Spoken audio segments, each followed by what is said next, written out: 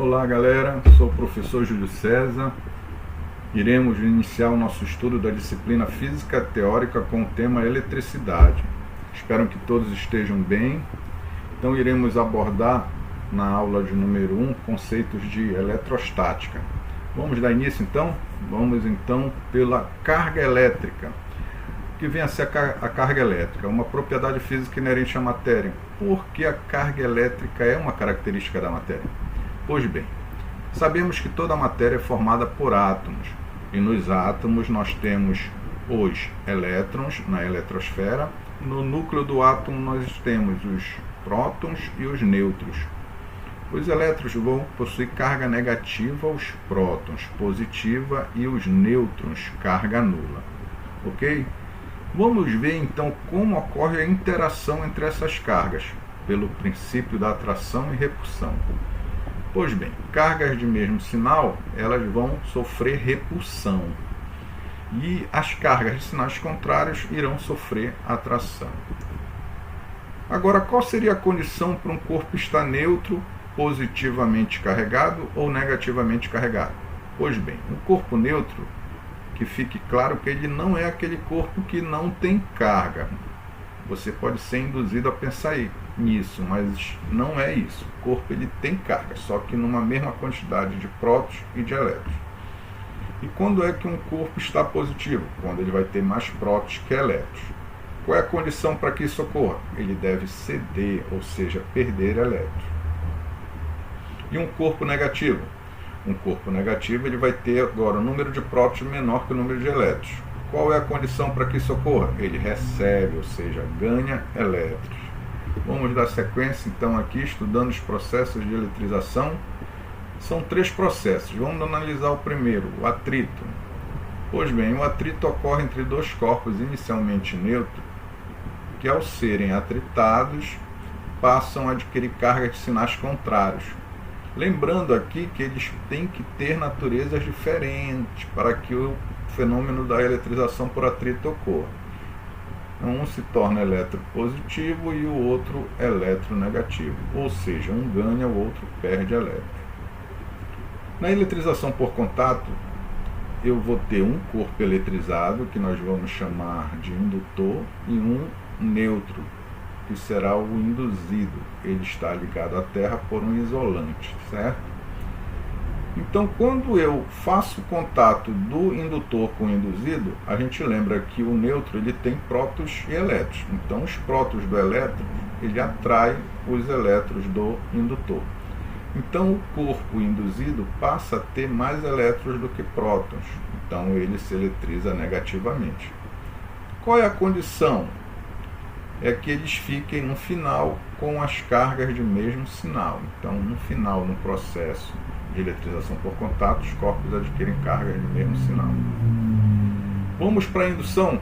A indução também vai ocorrer entre um indutor, que é o eletrizado, e um induzido isolado da Terra. Esse induzido encontra-se neutro. Quando eu aproximo o indutor do induzido, eu não realizo contato, só aproximo. Ele faz uma indução eletrostática no induzido, ou seja, uma separação de carga. Então ele atrai as de sinais contrários e repele as de mesmo sinal. Para que eu faça o induzido se eletrizar, eu preciso ligá-lo à Terra. Se eu ligar essa parte à Terra, elétrons escoam para a Terra. Se eu ligar essa outra parte à Terra, elétrons irão subir da Terra para o induzido. Então a condição é essa, que se eu realizo um processo de indução, eu tenho a separação eletrostática das cargas. Lembrando que as 2 cargas são induzidas, tá certo? As 2 cargas do neutro. Pois bem, vamos dar continuidade aqui fazendo um estudo do isolante, né? O que são matérias isolantes? São matérias com alta resistência ao movimento de carga elétrica. Então, são matérias na qual a carga tem dificuldade de se movimentar. Exemplo, madeira, isopor, papel, vidro. Então, essa condição de alta resistência já não ocorre com os condutores. Eles, pelo contrário, apresentam baixa resistência. Os melhores condutores são os metais. Então, nos condutores, a carga já tem certa facilidade de se movimentar. Ok? Vamos dar sequência aqui, meus amigos, agora estudando a quantização da carga elétrica, proposta por Robert Millikan. Então, o que é proposto na quantização da carga elétrica? É que eu tenho que saber o número de cargas que estão em excesso no corpo e multiplicar esse número pela carga elementar, que é 1,6 10 a menos 19. Esse N é um número inteiro, que ele vai ser a diferença entre prótons e elétrons em módulo, porque em módulo eu garanto só o valor absoluto, ou seja, só o numérico.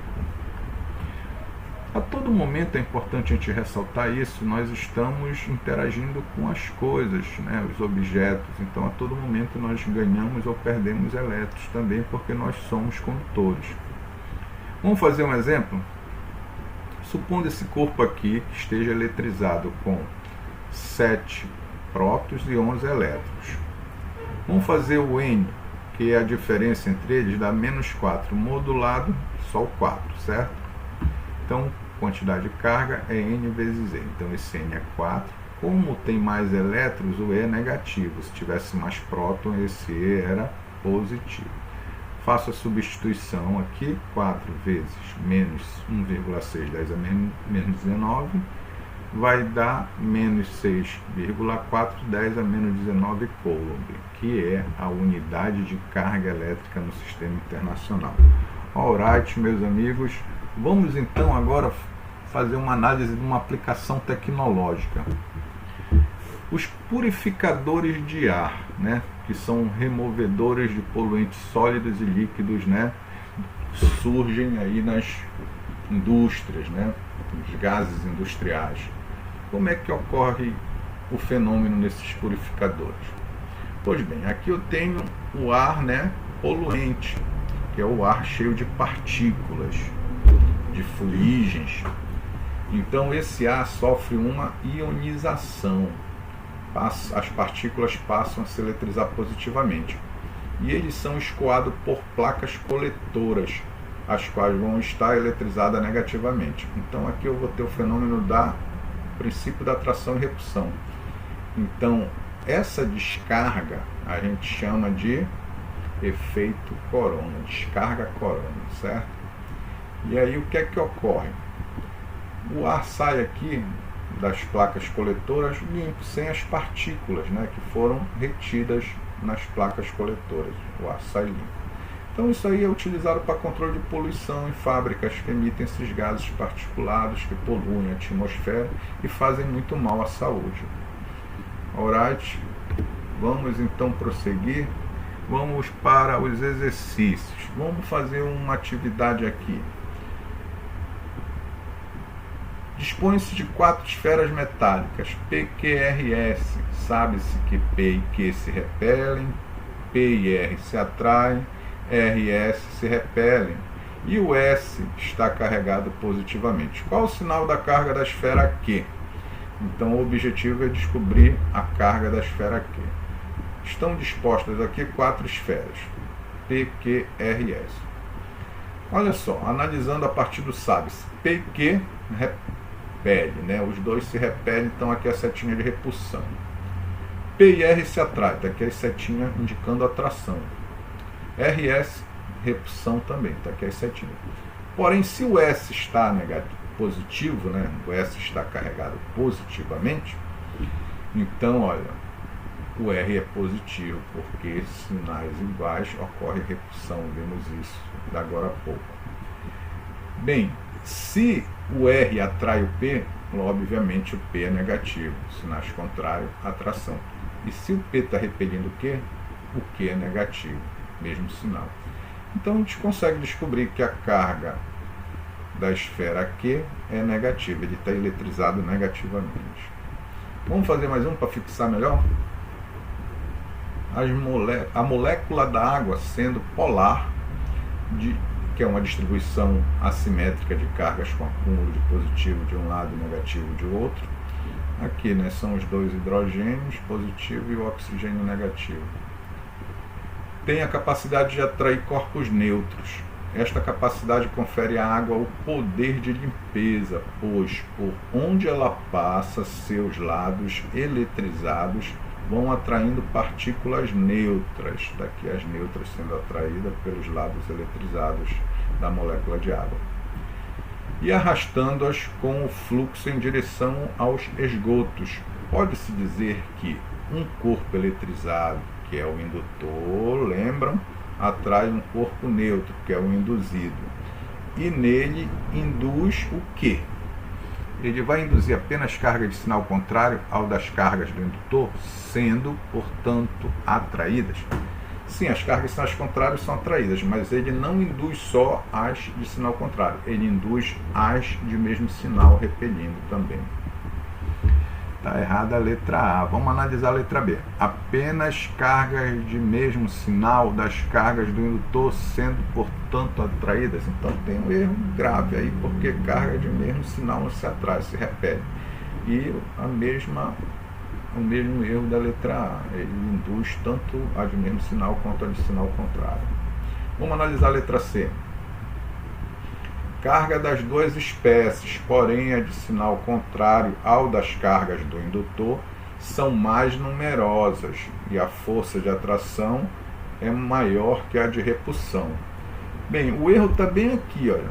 Como o induzido ele está neutro, ele não vai ter mais carga positiva do que carga negativa, nem mais carga negativa do que positiva.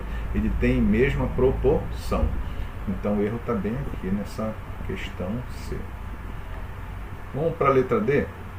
Cargas das duas espécies, correto. Ele vai induzir tanto a do mesmo sinal quanto a do sinal contrário. Porém, a do sinal contrário ao das cargas do indutor ficam mais próximas. Muito bem, porque ocorre a atração. Logo, a força de atração é maior que a de repulsão, sim. Isso vai ficar mais claro quando a gente estudar a lei de Coulomb, porque a força de interação elétrica ela é uma função inversa do quadrado da distância. Então quer dizer que se eu diminuir a distância, a força aumenta. Se eu aumentar a distância, a força diminui. Então, como as de sinal contrário estão mais próximas, a força de interação elétrica vai ser maior. E as cargas que são repelidas vão estar mais distantes, elas terão uma força de repulsão menor. Ok, meus amigos? Bons estudos, até o nosso próximo encontro.